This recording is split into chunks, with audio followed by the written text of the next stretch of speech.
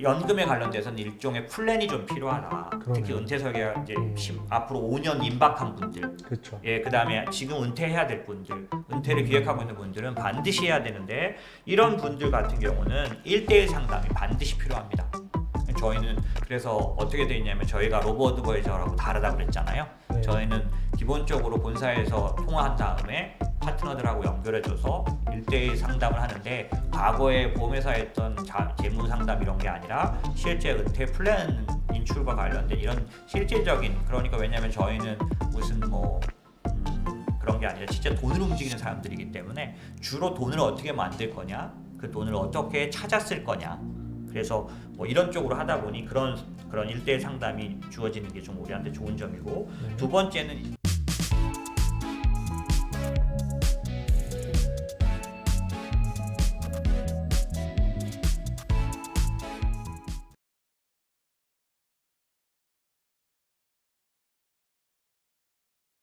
지난 시황 때 마지막에 대표님께서 그 연금과 장기 투자에 관련돼서 잠깐 좀 짧은 시간이었죠. 저희 다른 주제보다는 말씀을 해주셨는데 그 뒤로 저희 회사에 연금 관련된 전화가 너무 많이 왔어요. 그리고 그런 분들이 여러 질문들을 좀 많이 하셨습니다. 그래서 저희 스태프들과 저희가 그분들이 하셨던 여러 질문들 중에서 사실 대표님이 그 말씀을 해주신 내용들도 있고요. 또 한 가지는 그 연금이나 장기 상품 혹은 대표님께서 만드신 투자 전략 외에도 사실 다양하게 궁금한 사항들이 좀 많이 있었습니다. 그래서 그 중에 저희 구독자분들께서도 좀 궁금하실 만한 사항들을 좀 추려서 질문을 한 3가지 정도 준비해 봤습니다. 두 번째 질문 한번 드려볼게요.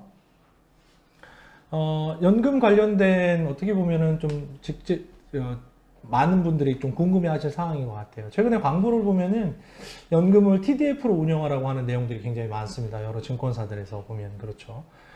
그렇다 보니까 저희 인몬스 투자자문의 연금 투자 전략과 시중의 증권사, 이제 판매사인 증권사가 판매하는 TDF 펀드가 어떤 차이가 있는지 좀 설명을 부탁드리겠습니다. 라는 질문이 좀 많았습니다. 답변 좀 부탁드리겠습니다. 네. TDF는 타겟 데이트 펀드라는 거의 약자죠. 그래서 이거 이제 제목 보시면은 2050, 2045, 2040 이렇게 번호가 붙어 있는데 그냥 아실 거예요. 그게 뭐 2040이면 2040년도에 은퇴에 들어가실 분들이 가입하세요 라는 내용이고, 2035면 2035년도에 은퇴하시는 분들은 이걸 드시면 돼요, 이런 거죠.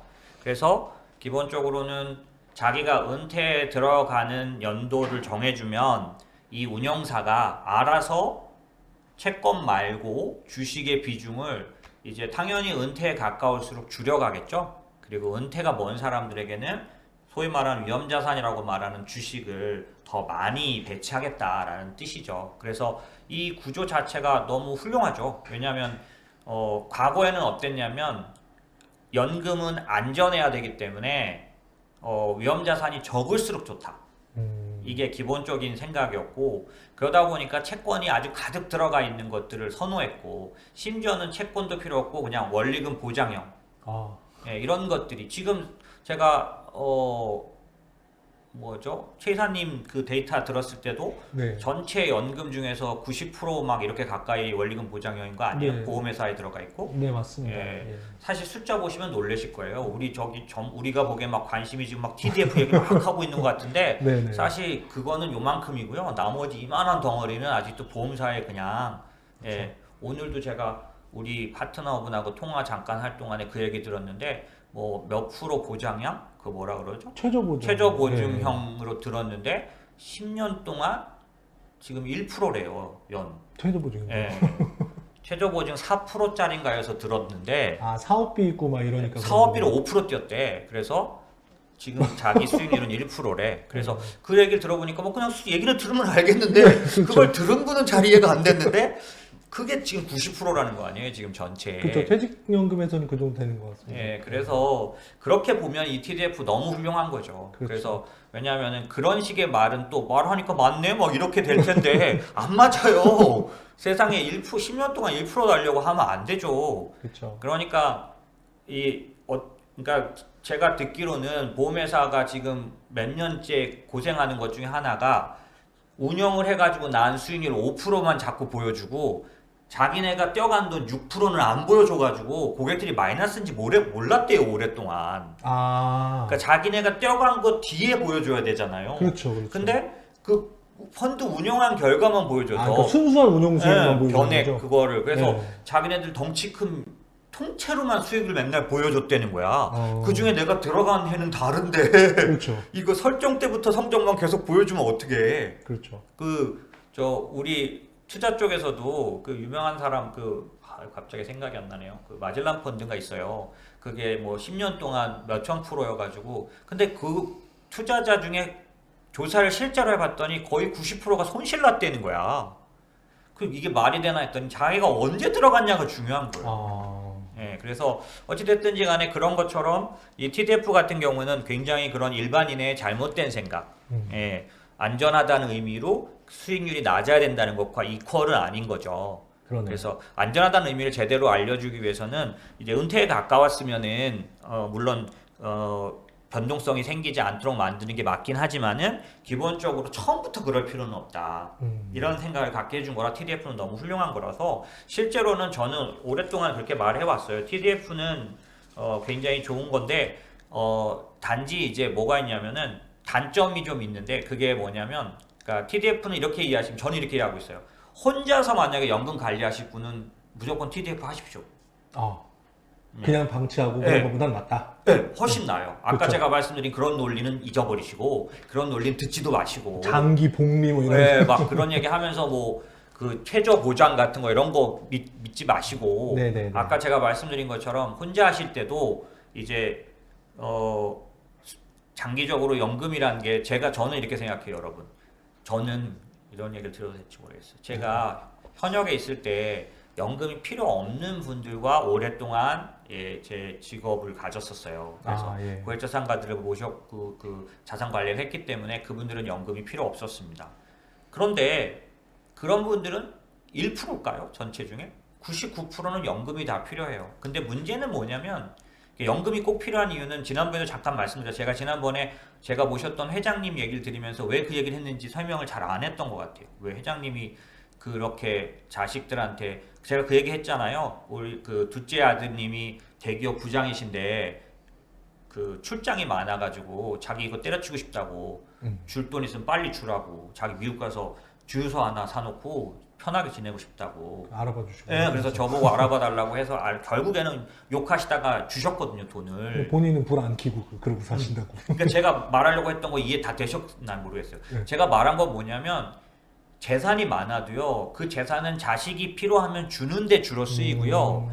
자기가 진짜 쓰는 돈은 어떻게 나오는 거에 쓰냐면 은행 가서 저거 넣어가지고 바로 찾을 수 있는 거 있잖아요. 그러니까 결국 자식한테 절대로 잘 못 주는 게 뭐냐면 연금이에요. 연금까지 깨서 주지는 잘 않아요. 그렇죠. 자식도 또 그렇게 하진 않죠. 그렇죠. 근데 이제 나머지는 뭐 있으면 아들이 지금 사업해야 되겠다는데 취직은 잘 안 되고 창업하겠다는데 어떻게 안 줘요? 주고 하면 뭐 주면 또 줄 게 있으면 또 좋죠. 또 줬어요. 근데 나중에 내 은퇴 자금은 없게 마련이잖아요. 그렇기 때문에 연금은 반드시 필요해요. 잘 깨어지지도 않고 그 다음에 지속적으로 일찍부터 준비하면 꽤 돈이 됩니다. 지난번에 제가 숫자를 보여드린 것처럼 뭐 1년이라도 먼저 뭐 10년이면 뭐 엄청난 돈 차이가 나니까 빨리 시작하셔야 되고요. 그런데 이제 그런 걸 할 때 이제 아까 제가 말씀드린 것처럼 기본적으로 혼자서 하실 경우에는 안전하다 뭐 그런 거를 위해서는 채권을 좀 넣어서 하는 게 좋으니까 TDF로 그냥 하시는 게 좋은데 이게 그 뭐라 그럴까요? 그러니까 기존의 그런 형태보다는 좋지만 그거보다는 좀 아쉬운 점들이 좀 있어요.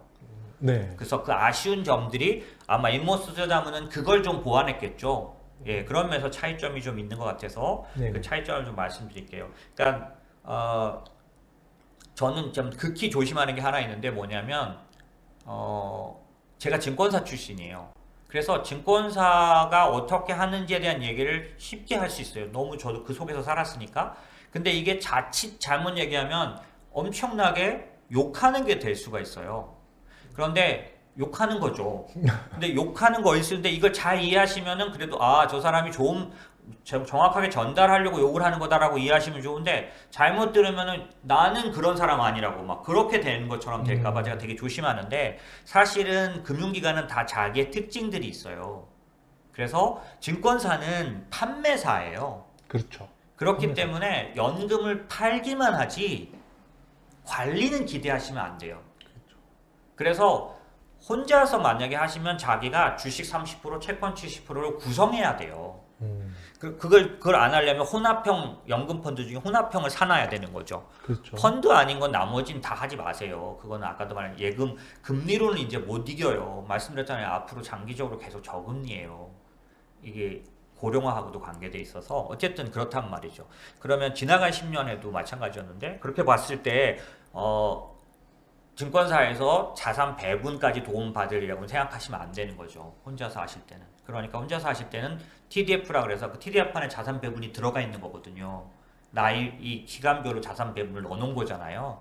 그러니까 혼자 하실 때는 TDF라도 하시는 게 훨씬 좋겠고 두 번째 그런데 TDF의 아쉬운 점이 뭐가 있냐면 일단 이거 역사를 하셔야 돼요. TDF가 언제 생겼냐면 1994년도에 나왔어요. 얼마 됐어요 지금? 한 20년이 안 되는 거죠? 한 20년 가까이 된 거죠. 그래서 네. 웰스파고, 바클레이즈 뭐 이런 데서 만든 건데 그 당시는 정말 혁신적인 상품이었던 거죠. 그런데 94년도에 만들었으니 여러분 나중에 제가 뭐 이렇게 시황 같은 거 말씀드릴 때 말씀드리지만 2008년 금융위기 이후의 금융과 그 이전의 금융은 너무 달라요.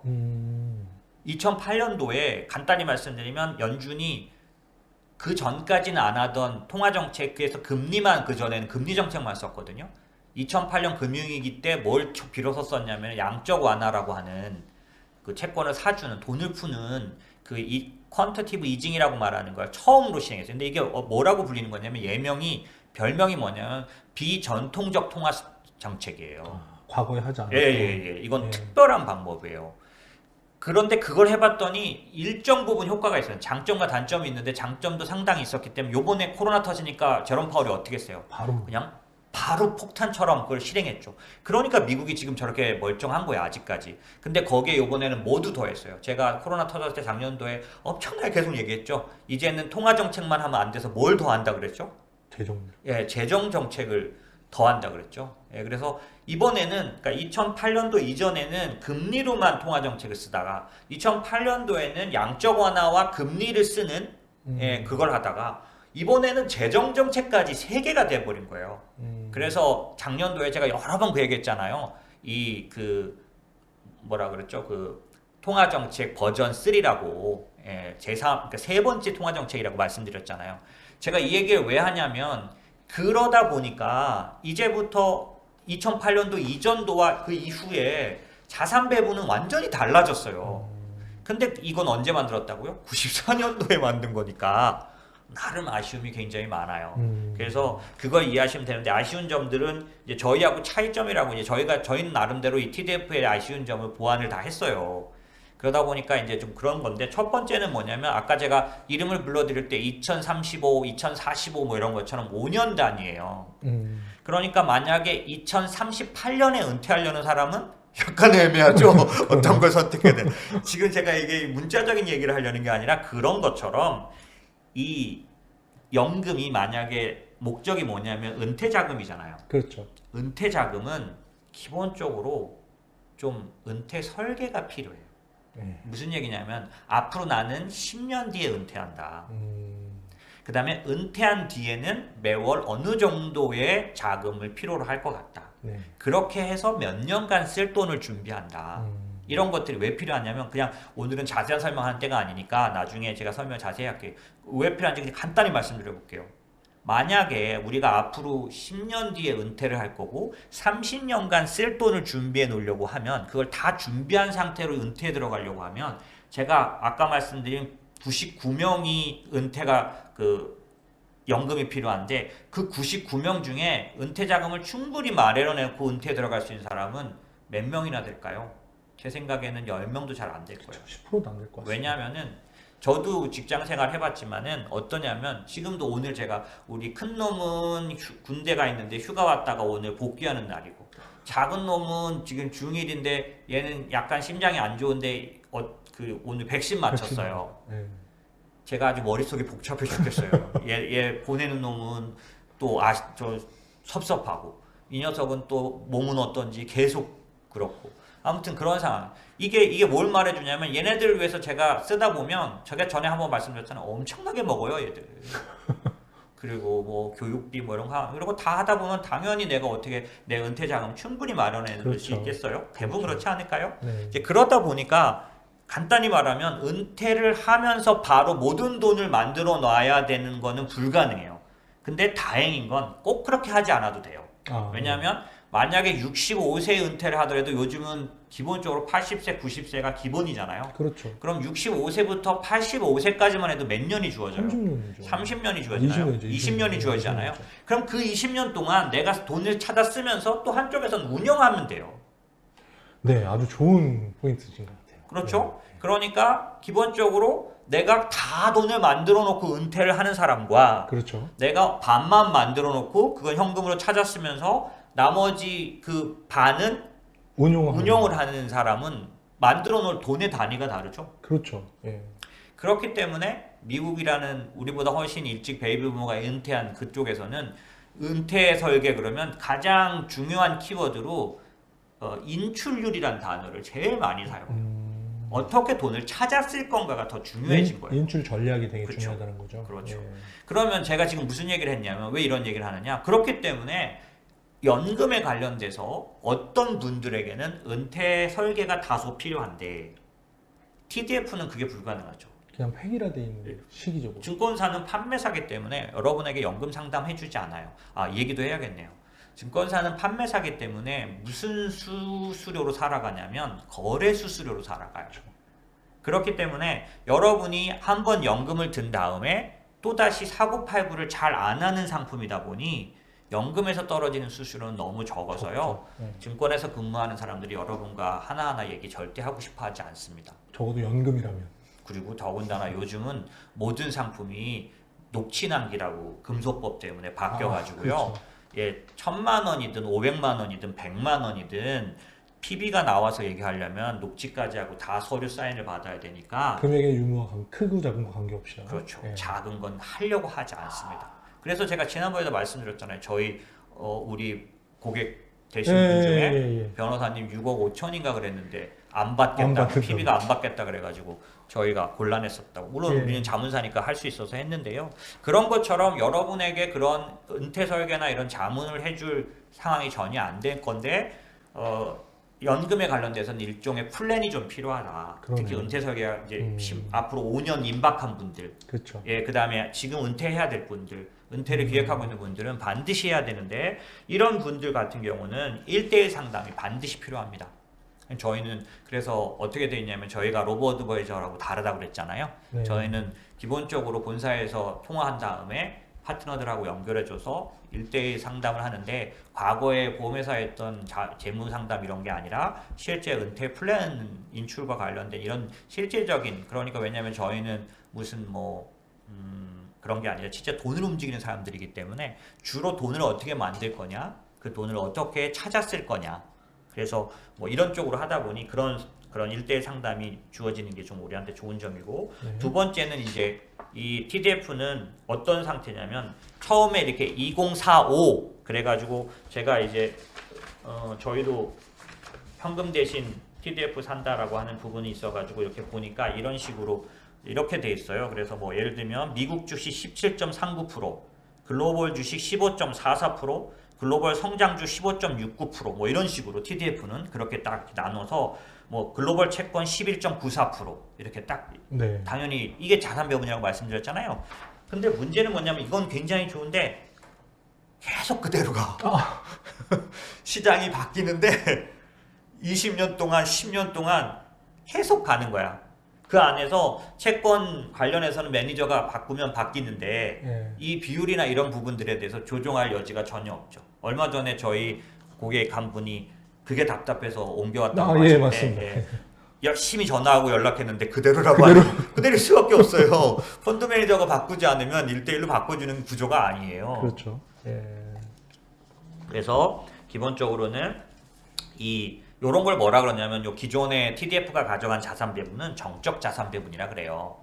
근데 이제 저희가 인모스가 하는 건 동적 자산 배분이거든요. 이 정적 자산 배분은 왜 문제가 있냐면 지금 말씀드린 것처럼 2008년 이전과 2008년 이후에 통화 정책 자체가 바뀌었다고 말씀드렸는데 이런 것들이 반영이 안 될 뿐만 아니라 2008년 이후에 그런 양적 완화가 더 대규모로 적극적으로 일어난 것들이 결국에는 어디로 가냐면은 확대 재정 정책으로 바뀌었어요. 옛날에는 어땠냐면 정부의 부채를 너무너무 타이트하게 따졌던 시대예요. 그래서 정부 부채율을 따졌는데 지금은 어떻게 전 세계적인 흐름이 바뀌었냐면 재정 정책을 좀 더 적극적으로 써야 된다. 그래서 국가 부채에 대해서 전에보다 훨씬 더 다른 이해를 갖고 있습니다.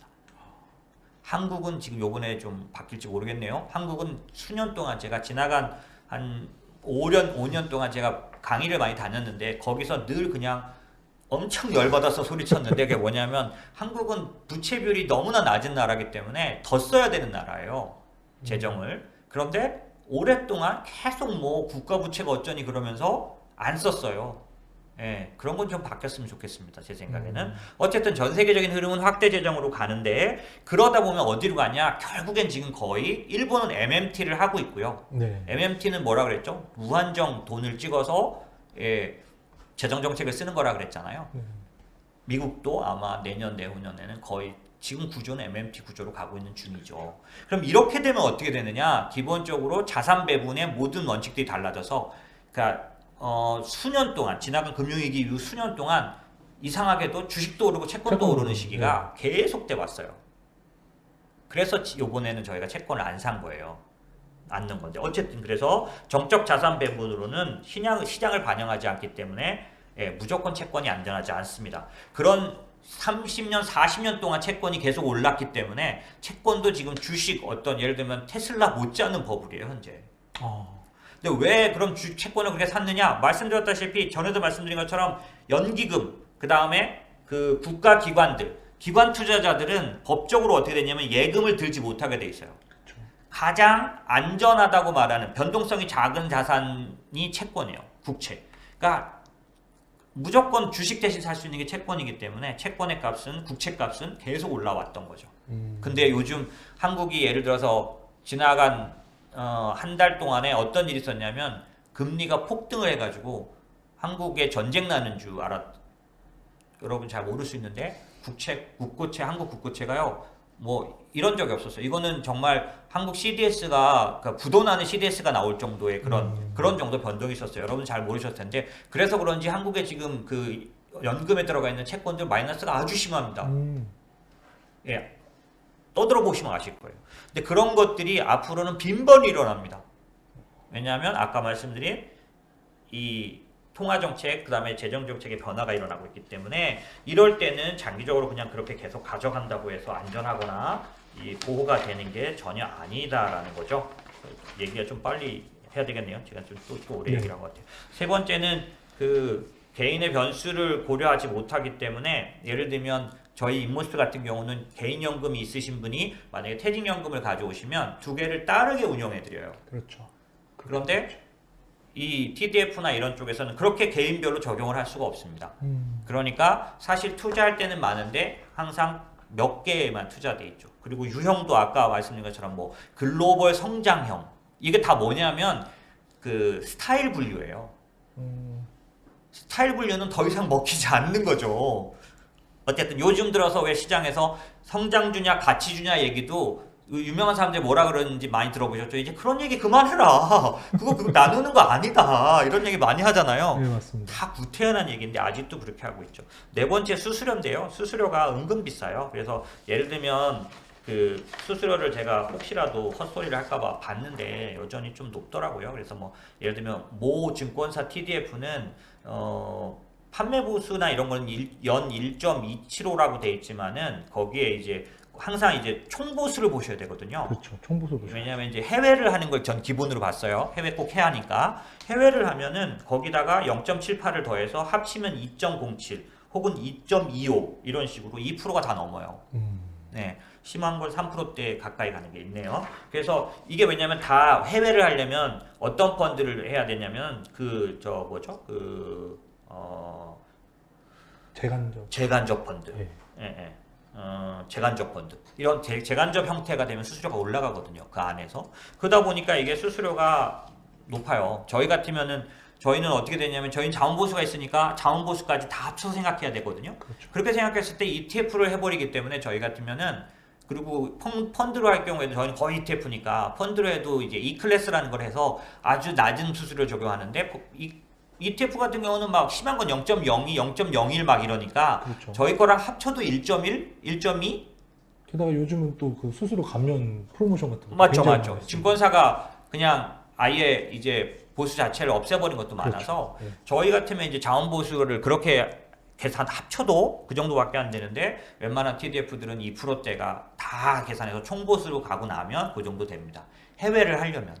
근데 해외를 꼭 하셔야 돼요. 그렇죠. 예, 그래서 그렇고 그 다음에 아까 이제 제가 말씀드렸던 그 전통적인 자산 배분을 따르면 안 되는 그런 그 상황이기 때문에 저희 같으면 기존의 것처럼 이렇게 딱 사서 놔두는 전략은 쓰지 않는다. 이렇게 보시면 될 것 같습니다. 사실은 좋은 얘기도 많이 해주셨고 또 단점이나 아쉬운 점도 많이 얘기해 주셨지만 그냥 단순히 혼자서 하는 것보다는 그래도 전통적이고 예전 전략이지만 투자를 할 수 있는 거 그리고 글로벌 투자를 할 수 있는 거로는 TDF가 나쁘지 않다. 다만 이 개인의 어떤 성향이라든가 어떤 그 획일화되어 있는 기간으로 나누는 건 이런 점은 좀 아쉽다.